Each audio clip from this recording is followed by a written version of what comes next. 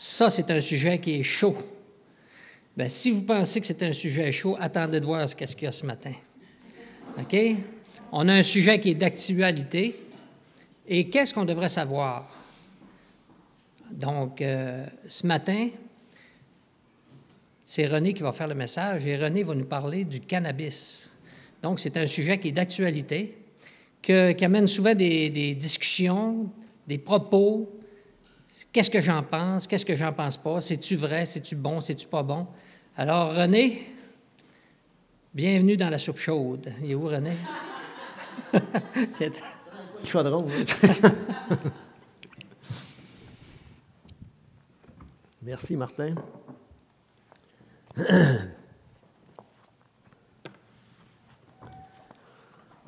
Bonjour tout le monde. Je vais prendre le temps de saluer ceux qui sont ici et ceux qui ne sont pas ici, mais qui vont peut-être écouter le sonore ou la vidéo, là. Grand sujet d'actualité. Peut-être on peut passer à la première image. Oh, c'est moi qui l'avance. On l'essaye demain. Légalisation du cannabis. Première partie. Je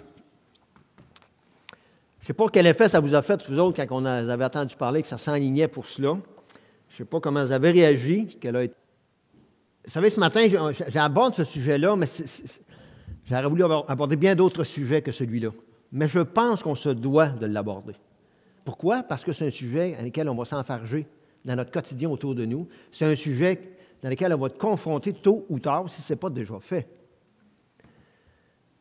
Et c'est quelque chose d'actualité parce que ça fait partie de nos lois présentement, qui est en train de s'établir très clairement. Il va être honnête ça avec vous parce que moi, quand j'ai entendu parler de cela, c'était avant qu'il y ait des élections fédérales, quand M. Trudeau a parlé de cela. Et après cela, ça a pris un certain temps avant que ça s'embraye pour être capable de mettre ça en branle. Et honnêtement, je ne croyais pas qu'il le ferait. Peut-être que je suis un peu trop innocent, là, dans le bon sens du mot. Mais je ne croyais pas qu'il le ferait.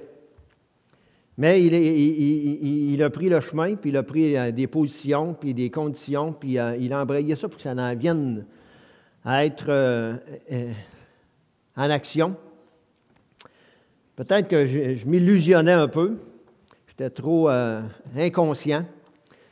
Je me disais aussi, quand ça s'est mis à se mettre en branle, quand ça s'est mis à se placer, je me disais, voyons, y a-t-il quelqu'un qui va allumer, qui va avoir un gros bon sens à quatre parts, puis qui va résonner, là? C'était un peu mon réflexe. Puis j'entendais toutes sortes de commentaires dans les journaux, je lisais des choses à la radio ou à d'autres endroits. J'essayais de trouver du solide, des gens qui raisonnaient comme il faut, qui avaient un gros bon sens à quatre parts. T'sais. On aurait dit plus que le temps passait, plus que les choses se mettaient en place, moins que le gros bon sens était là.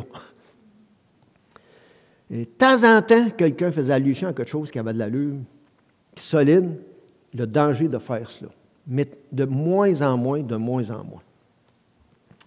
On va avancer encore une fois. On recule. Entre les deux, celle-là. Que ce soit vous, que ce soit moi, que ce soit n'importe qui, on a le droit d'avoir une opinion. Mais parfois, en rapport avec la société, on a un peu tendance à penser, par réflexe, qu'on ne peut pas avoir une opinion ou qu'on ne peut pas la dire. Et en tant que croyant, il y a peut-être aussi une façon de la dire, mais on a le droit d'avoir une opinion. Et qu'on soit en faveur de la légalisation du cannabis ou qu'on soit contre la légalisation du cannabis, on a le droit d'avoir une opinion. Prochaine acétate. Mais une chose fondamentale, qu'on soit croyant ou non croyant, qui est importante, c'est qu'il faut apprendre à avoir un bon jugement sur le sujet de la légalisation du cannabis, comme bien d'autres sujets. Et pour ça, on doit apprendre à connaître des choses, des faits. On doit s'informer, se documenter, être capable de s'orienter, discerner les choses qui sont vraies ou pas vraies, les choses qui sont valables, et être capable de se faire des convictions ou des idées claires. Puis ça, ce n'est pas juste les croyants qui devraient faire ça. Même les non-croyants devraient apprendre à le faire. Puis je dirais même plus que ça. C'est un principe biblique de faire ça. Et juste un aide-mémoire, se rappeler que le livre des Proverbes est presque basé rien que là-dessus, sur le gros bon sens. beaucoup de proverbes dans l'Ancien Testament de la Bible nous fait raisonner et réfléchir en rapport avec le gros bon sens. Ce n'est même pas des règles doctrinales, c'est le gros bon sens. Il nous présente une situation, puis voici un extrême, voici l'autre extrême, puis ça nous dit, choisissez le bon, là. Puis il y a le juste milieu. Voici un extrême, voici l'autre extrême, puis choisissez le bon. Ça, on parle du gros bon sens là, quand on parle de cela. Là. Et le gros bon sens, ce n'est pas anti-biblique. Puis le gros bon sens, ce n'est pas antisocial. Même si parfois on le perd de vue, là, mais ça a sa raison d'être, d'un bord ou l'autre. Et qu'on soit croyant ou qu'on ne le soit pas, le gros bon sens a sa place. C'est sûr que ça peut varier et changer selon nos valeurs de base. Mais quand même, le gros bon sens est là. Prochaine. Les raisons de la légalisation. Et mon but, c'est pas faire une étude politique, pas du tout. Mais par contre, on doit quand même en faire allusion, parce que c'est passé par là. C'est sûr que la base de cela, puis on ne se le cachera pas, c'est au niveau de l'argent.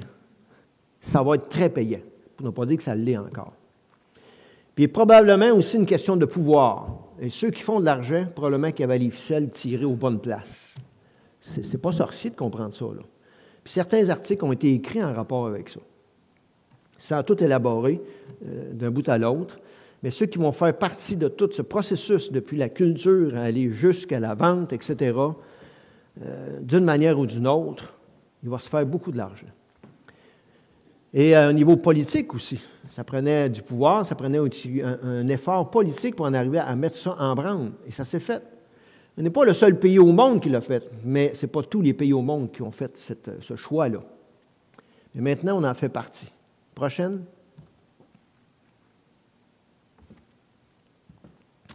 Je vous fais un petit résumé de ce qu'on va parler. Je ne pense pas qu'on ne passera pas au travers de tout cela, mais je vous présente ça. On va parler de l'aspect légal, un petit peu d'historique aussi là-dedans. On va parler de l'aspect scientifique du cannabis, de l'aspect médical, de l'aspect du bon sens, du gros bon sens, et l'aspect aussi du sens de la vie. Et après ça, on va aller faire allusion à la Bible. D'accord? Puis pour cette fois ici, on ne parlera pas beaucoup de la Bible. On ne fera pas référence encore beaucoup. On va le faire plus la semaine prochaine. Mais pour ce matin, on va tenter de mettre les choses au clair, classer les choses à leur place pour avoir un bon jugement, pour aller chercher les bonnes directives dans la Bible, pour appliquer ça à la situation. Puis je veux le faire aussi pour aider à des gens qui seraient peut-être non-croyants dans la salle ou qui vont écouter, qui puissent raisonner avec nous autres, ensemble, qu'ils puissent saisir avec nous autres. Prochaine. La légalisation ou l'aspect légal de la consommation et de la possession. J'ai fait quelques recherches pour tenter de trouver où est-ce que ça a commencé le cannabis à quelque part. C'est pas trop clair, c'est pas sûr, mais il semble que ça viendrait de Chine. Très, très loin derrière. Ça semble que ce soit eux qui auraient découvert ça les premiers. Et là, après, ça s'est déplacé dans d'autres pays, d'autres continents, jusqu'à nous autres aujourd'hui. Je rappelle aussi que ça a été déclaré illégal en 1923 au Canada, avec d'autres sortes de drogues aussi, qui plus ou moins en même temps, ou soit quelques années avant, quelques années après. Mais ça nous donne une perspective. Ça a été illégal pendant un certain temps. Et c'est en 1923 que ça a été voté, ça. Une loi contre ça. La légalisation médicale du cannabis, 2001. Et là, on a légalisé ça parce qu'on s'est aperçu qu'avec cette plante-là, il y avait des effets médicaux qu'on pouvait développer pour aider à soulager des personnes. Je le dis pour ne pas l'oublier tout de suite, mais au niveau médical, il n'y a rien qui a été découvert pour guérir quelque chose. Mais il y a beaucoup de choses qui ont été découvertes, développées, et ça se développe encore pour soulager des problèmes de santé. Mais rien pour guérir encore. Je fais allusion, il n'y a rien en rapport avec le cannabis qui peut guérir, exemple, un cancer quelconque. Pas encore. Mais il y a beaucoup de choses qui existent pour soulager des souffrances d'une manière ou d'une autre. Et la légalisation récréative, 2018, juste avant les fêtes. Récréative, ça veut dire que si on n'a pas nécessairement besoin pour la santé, on le fait pour se divertir, changer d'idée, peu importe, là, mais l'aspect récréatif. Puis il y a toute une différence entre les deux, puis c'est important de faire la différence entre les deux. On va avancer.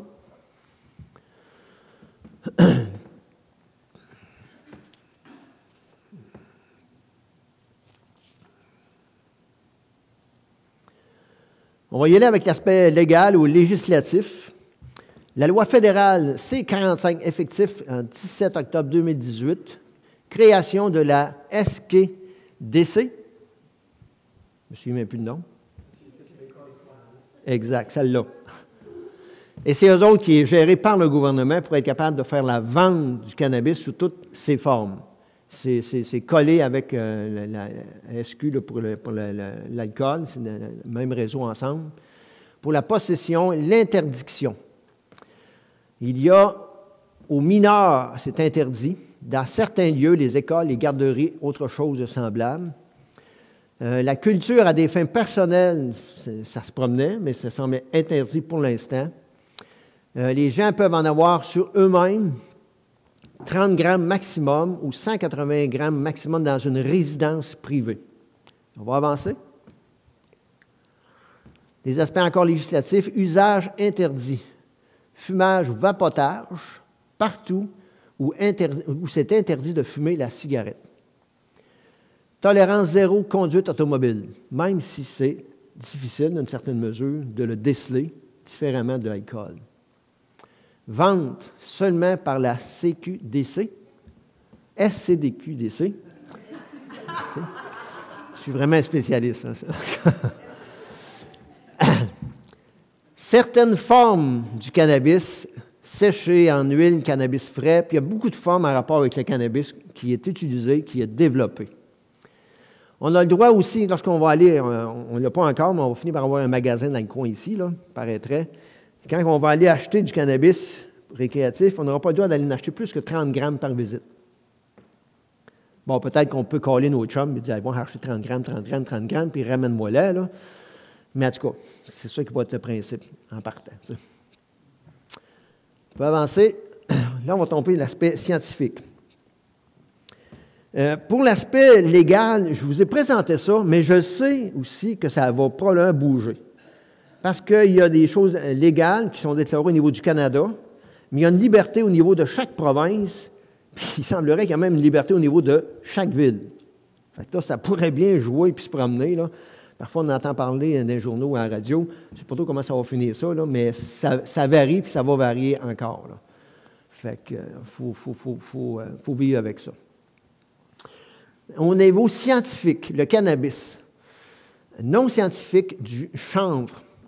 Ça veut dire, on l'utilise aussi, le cannabis, au niveau récréatif, au niveau médical, mais on l'utilise au niveau, je dirais, de la construction, pour fabriquer de la corne, pour fabriquer des matériaux de construction, dans tous les domaines. Là, la liste est longue, là, mais c'est utilisé depuis longtemps déjà, puis ça se développe sur ce côté-là.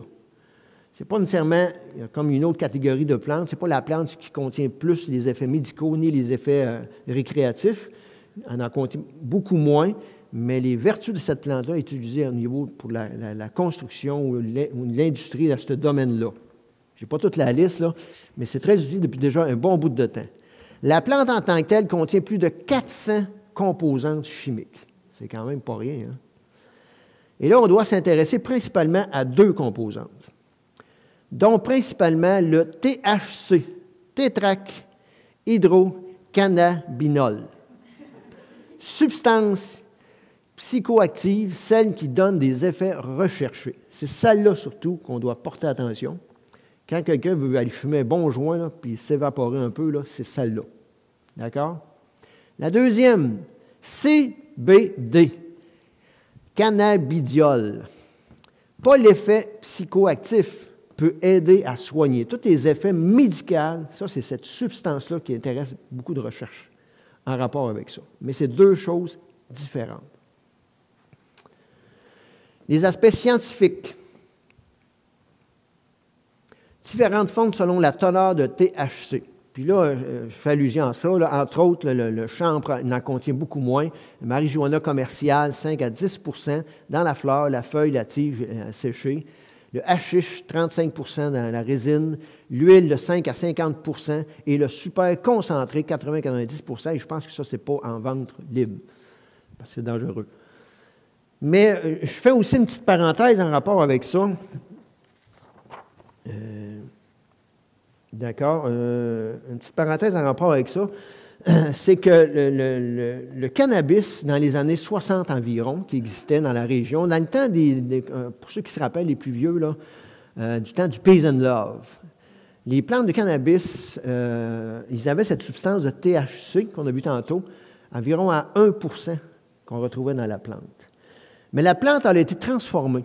Puis c'est pas si sorcier que ça de faire ça. Moi, j'ai travaillé dans le domaine de l'aménagement paysager, dans le domaine d'une grande pépinière, puis il y avait des arbres, des arbustes et des fleurs, entre autres, que dans notre zonage, en rapport à ce qu'on était, on ne pouvait pas vendre n'importe quelle plante parce qu'il ne résistait pas assez au froid.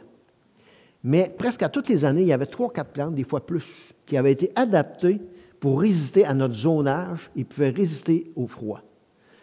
Fait que transformer les plantes, ce n'est pas quelque chose de si sorcier que ça. Là. Différentes méthodes, différentes manières de le faire. Et le cannabis ne fait pas illusion, ne fait pas exception à cela. Si à ces années-là, il y avait 1% de THC là, qui était dans la plante pour être capable de partir dans les vapes, en 2014, il y avait 12%. Et j'ai lu hier un article encore qui s'est rendu probablement à 17-18% de la plante, parce qu'on peut le fumer et qu'il est beaucoup plus fort que là, bien des années. Et probablement que ça va continuer à augmenter. D'accord? Prochaine. Et là, c'est important de faire une différence très, très, très importante. Aspects médicaux, savoir faire la différence entre le médical et le récréatif. Il faut faire la différence entre les deux. Le médical, puis là, c'est un principe de base. On peut utiliser l'aspect médical sous toutes ses formes, puis je crois qu'il y en a 40, sinon 70% différents. Ils vont le inhaler, ils vont l'emballer, suppositoire, une onguent pour se frotter. Mon beau-père l'utilise 2-3 formes et ça l'aide énormément. Parmi tous les médicaments qu'il a essayé, il y a des mal chroniques, là, puis c'est le médicament qui le soulage le plus, le mieux.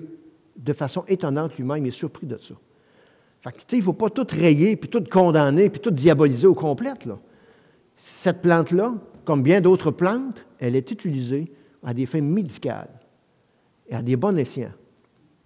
Et là, sur la peine médicale, on passe à un état anormal pour avoir un état normal, ou du moins plus normal. On passe à un état que quelqu'un il est malade, il souffre, puis il voudrait avoir un état plus normal, pas souffrir ou moins souffrir.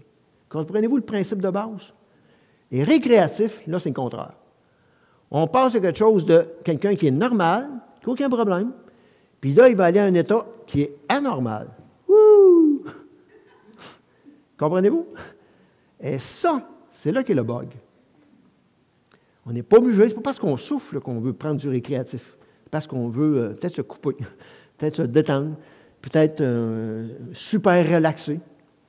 Mais je fais allusion aussi à une autre chose aussi en rapport avec ça, puis que c'est important, on va le dire un peu plus loin même. Bien, peut-être la prochaine, avance-les donc, il faut voir.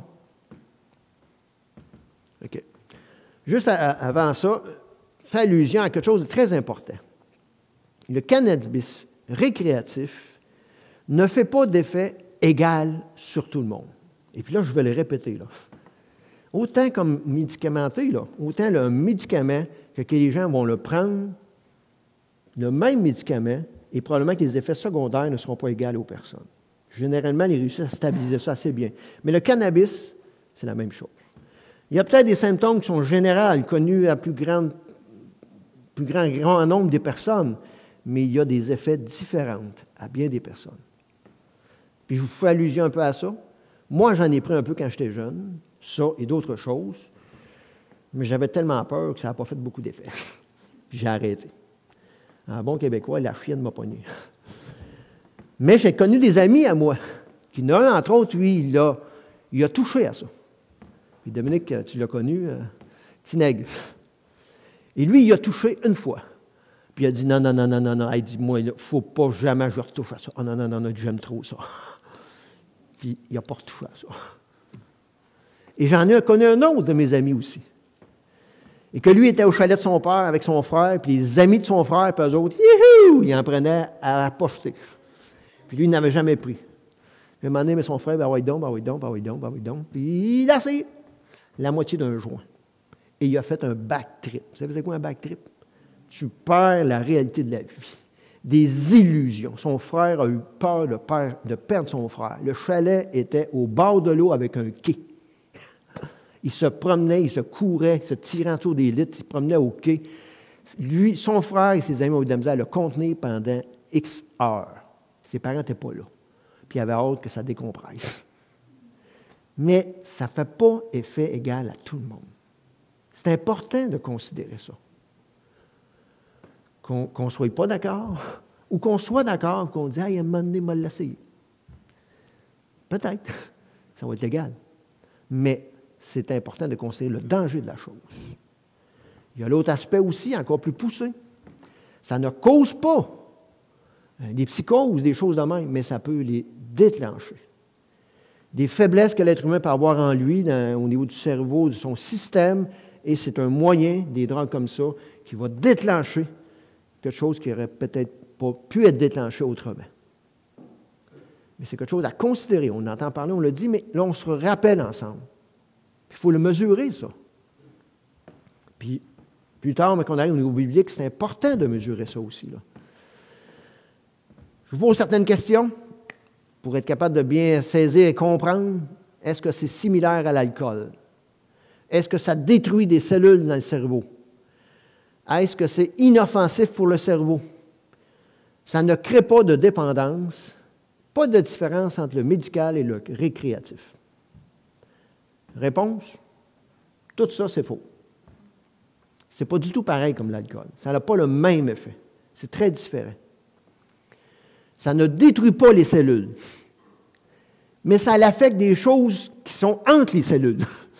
Les choses qui communiquent les cellules ensemble. C'est là que les neurones, c'est là que ça fait des effets qui ne sont pas toujours égaux à tout le monde. Je vous donne un autre exemple. Moi, j'ai connu des gens là, qui ont pris de la drogue des années de temps. Qui en ont pris pas mal. Puis ils ont arrêté. Puis aujourd'hui, tu jases avec eux autres, ils sont assez d'aplomb. Et j'en ai connu d'autres qui n'en ont pas pris bien longtemps. Puis aujourd'hui, ils ont arrêté. Tu jases avec eux autres, puis ils ne jasent pas de l'aplomb bien. Ça ne se mesure pas. Puis j'oserais vous donner un autre exemple. Puis si vous êtes René, tu veux nous faire peur? Bien, peut-être un peu. Moi, j'ai connu quelqu'un qui était presque de mon âge à l'école élémentaire. Je l'ai connu au secondaire. Puis un jour, on s'est perdu de vue.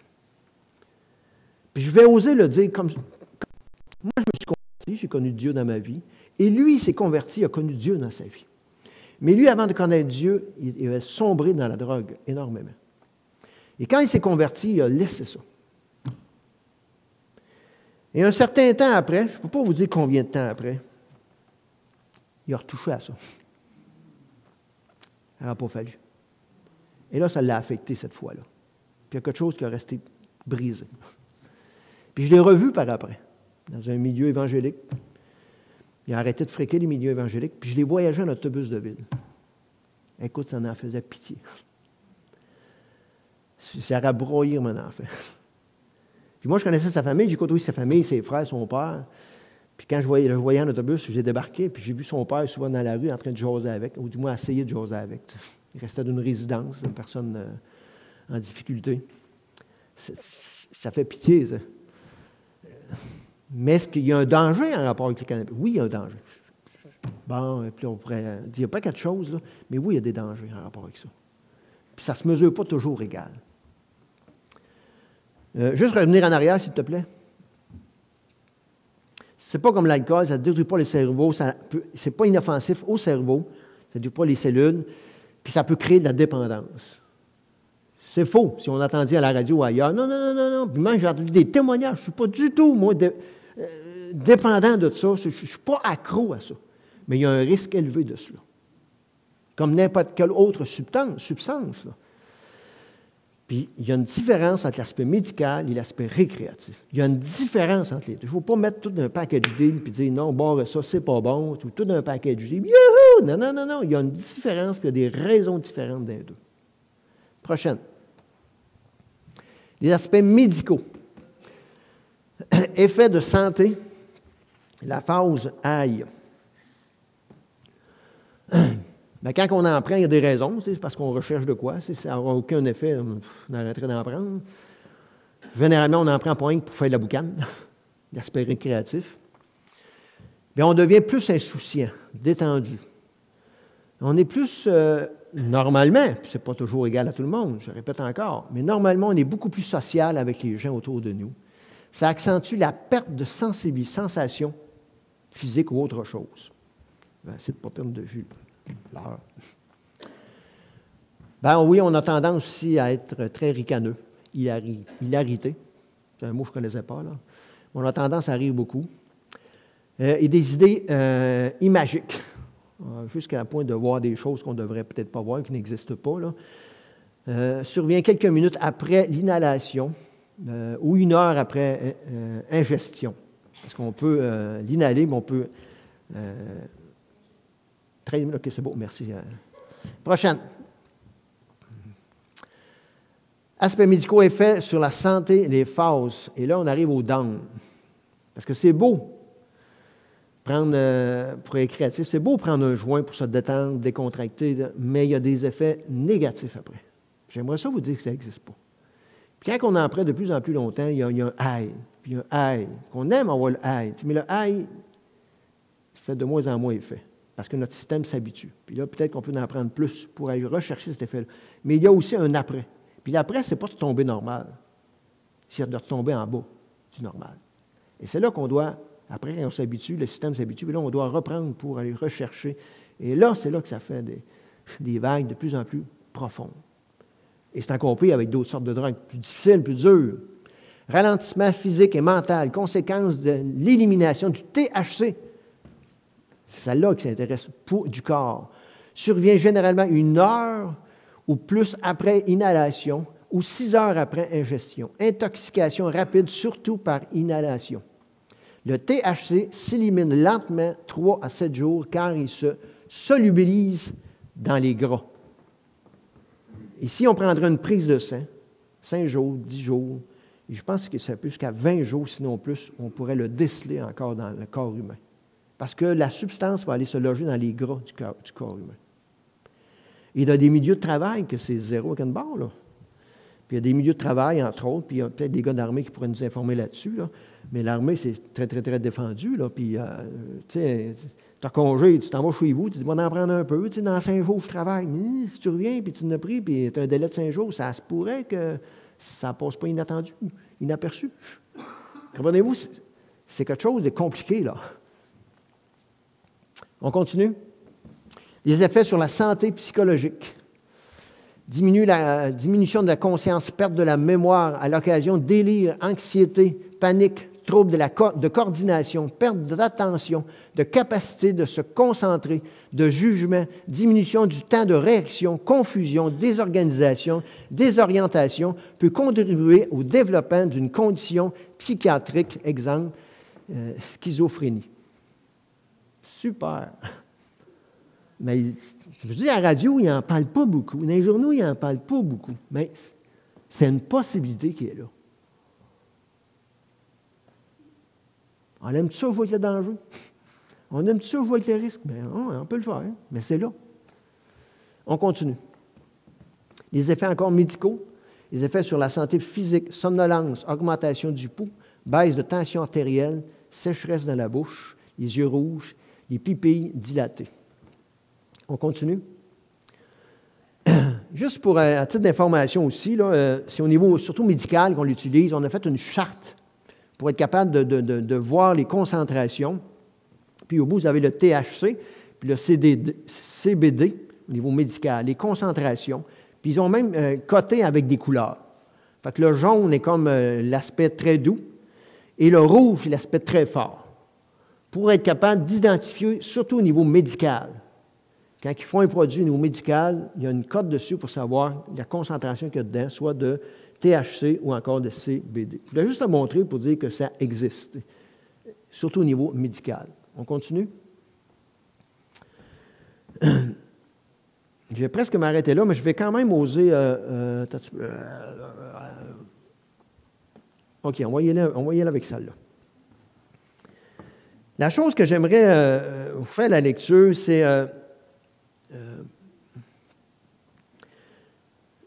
le fait que, il reste plus de temps, on ne la lira pas, on va s'arrêter là. Je fais l'allusion.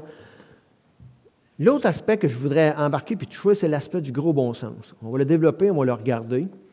Puis en même temps, un autre aspect que je voudrais, on garde aussi, c'est le sens de la vie. Puis il y a des gens qui ont un sens de la vie différent de d'autres. Puis je fais deux différences générales. Ceux qui ont le Dieu dans leur vie, et à cause parce qu'ils ont Dieu dans leur vie, ça change leur orientation dans leur vie, les valeurs dans leur vie, le sens de la vie. Puis ceux qui n'ont pas Dieu dans la vie, quand je dis Dieu, c'est le Dieu de la Bible que je fais allusion. Alors là, le menu peut être très varié, le sens de leur vie. Où est-ce qu'ils s'en vont? Comment ils envisagent la vie? Les valeurs de leur vie. Dans un temps futur ou dans l'au-delà, le menu est très varié en rapport avec ça. Et ce que j'aimerais regarder et développer, puis ceux qui ne croient pas à Dieu, puis ceux qui sont même athées, ça vaut quand même la peine d'écouter, puis de réfléchir, pour regarder un peu ceux qui ont Dieu dans leur vie, pour quelle façon et pourquoi, pour quelle raison qu'ils n'orientent pas cet aspect-là d'une autre façon. Pourquoi ils orientent ça d'une autre façon? Puis là, je vous fais un court résumé. J'ai tenté de le résumer pour que quelqu'un qui ne connaît pas Dieu puisse comprendre, d'accord? Je fais un court résumé. Avec Dieu, des gens qui se sont intéressés à Dieu, le Dieu de la Bible, et à la Bible en tant que telle aussi. Des gens qui ont compris que la Bible ne parle pas juste de loi et d'histoire, mais qu'elle nous parle d'un Dieu aimant, un Dieu qui aime l'être humain d'une façon qui ne se mesure pas. On avance? Ils ont cru et accepté que Dieu, par Jésus, est venu mourir pour eux, à leur place, pour leur épargner le châtiment de leurs péchés, pour les libérer de la puissance du péché sur eux, pour qu'un jour ils soient débarrassés de la présence du péché. Ces vérités, ils les ont saisies pour eux-mêmes, et la réponse de Dieu pour eux a été au-delà de toute mesure. Et on ne parle pas de religion, là. On parle de quelqu'un, Dieu et une personne. Ils ont reçu pour eux-mêmes une nouvelle vie que Dieu avait en réserve pour eux.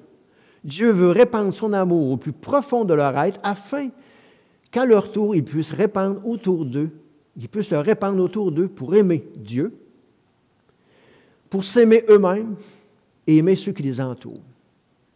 Et quand on considère cela, puis là, j'ai réduit beaucoup, là.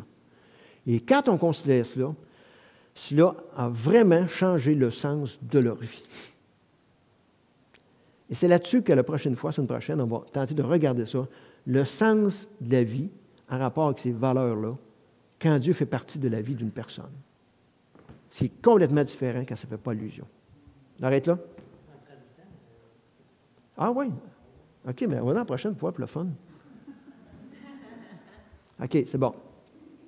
Je vais oser le faire comme ça, en rapport avec celle-là. D'un côté, la Bible, vivre pour Dieu.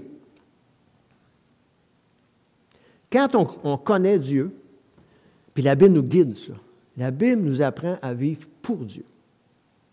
Parce qu'on connaît Dieu. Puis la Bible nous informe là-dessus, comment est-ce qu'on fait pour aimer Dieu? Le Dieu créateur, le Dieu de l'univers.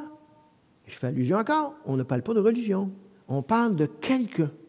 Comment est-ce qu'on fait pour aimer Dieu? Et la Bible nous dirige, nous guide, puis elle nous dit que d'abord, on doit saisir et comprendre que Dieu nous a aimés, nous, et qu'il veut nous aimer. Et quand on expérimente cet amour-là, alors là, on peut à l'inverse commencer à aimer Dieu. Parce qu'on a été aimé premier. L'amour immense, l'amour parfait qui est en Dieu, qui est déversé en nous, lorsqu'on est pardonné, lorsqu'on reçoit Dieu, alors là, on est non seulement étonné, bouleversé, mais on saisit cette dimension d'amour-là et on peut la redonner à Dieu. On peut commencer à aimer Dieu d'une façon correcte, si je peux dire ça de même. D'une façon, un peu plus, même si le pourcentage est différent, d'une façon que lui nous a aimés, on peut commencer à aimer Dieu. Et la dimension de la vie change complètement. Les valeurs de la vie changent complètement au fur et à mesure qu'on avance. Deuxième étape, vivre pour moi.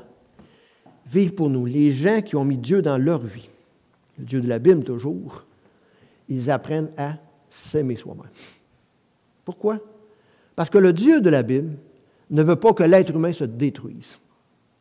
Il ne veut pas qu'il s'auto-détruise d'une façon forte, puissante, drastique, d'un coup, ou de façon graduelle, à petit peu, avec des éléments destructeurs dans sa vie, des dépendances sur toutes les formes. Dieu veut que l'être humain apprenne à s'aimer lui-même. Mais pour cela, il faut d'abord avoir un contact avec Dieu. Et là, on va avoir la bonne dimension. Il y a un texte qui dit les deux principaux commandements, résumés en 2 commandements. Tu aimeras le Seigneur ton Dieu de tout ton cœur, toute ton âme, toute ta pensée, toute ta force. Et c'est ça la première dimension. Là. Il faut connaître ce Dieu-là pour être capable de l'aimer comme cela. Et tu aimeras ton prochain, la 3e catégorie. Tu aimeras ton prochain. Comment? De quelle façon? Comme toi-même. Et pour aimer le prochain, il faut apprendre à s'aimer soi-même. Puis parfois, on s'aperçoit, au fur et à mesure qu'on connaît Dieu, qu'on est pas mal en déséquilibre. Parfois d'une façon terrible. Puis parfois de façon sournoise. Pas trop claire. Mais à se ployant avec Dieu, et à ce contact avec ce Dieu de la Bible, alors là, toutes choses deviennent de plus en plus claires. Et Dieu nous donne la capacité d'être libérés de ces choses qui nous rendent dépendants. De ces choses que la Bible dira qui nous rendent esclaves pour nous libérer. Et Dieu a la capacité de nous libérer un pas à la fois. Un pas à la fois. Dieu va appeler ça des idoles. Un peu comme le titre d'un livre qui fait allusion à ça aussi, les idoles de notre cœur. Et Dieu va, un pas à la fois, nous identifier les idoles de notre cœur, les idoles de notre vie qui nous rendent esclaves. Parfois, on le sait, mais on n'est pas prêt. Mais en temps et lieu, Dieu veut nous libérer, il va nous libérer. Et parfois, on l'est, mais on ne le sait pas, on n'en a pas conscience, jusqu'à temps que Dieu ouvre une lumière et nous dit, là, on est rendu à cette étape-là. Cette dépendance-là, cette idole-là, tu dois t'en libérer. Je vais t'aider à le faire, au fur et à mesure, au fur et à mesure. Dans toute l'aventure que Dieu nous donne, Dieu nous a appelés à la grande liberté. Il nous a appris à être libérés du grand châtiment éternel à cause de ce qu'on a fait, mais en même temps d'être libérés dans notre vie, jusqu'à temps qu'un jour on passe en sa présence. On va s'arrêter là, la semaine prochaine, on va reprendre là et aller plus loin. D'accord? On va finir avec un mot de prière. Seigneur, on te remercie de ce guide merveilleux que tu nous as laissé, ton livre, de ce sauveur merveilleux que tu nous as envoyé. Et je rajouterai aussi, Seigneur, du Saint-Esprit, que tu nous permets d'avoir en nous aussi pour être capable de mieux te comprendre, d'avoir cette relation avec toi et d'être capable de mieux vivre. Et nous à bien réfléchir, analyser, Seigneur, cette situation avec la légalisation du cannabis d'une façon pratique dans nos vies, dans notre société. Retiens-nous, Seigneur, d'avoir des mauvaises réactions. Mais en même temps, aide-nous à avoir des bonnes réactions, des bonnes convictions. Et c'est avec toi qu'on veut le faire. Tout cela, on remet ça entre tes mains, c'est au nom de Jésus, le grand Sauveur, Seigneur, qu'on t'en prie. Amen.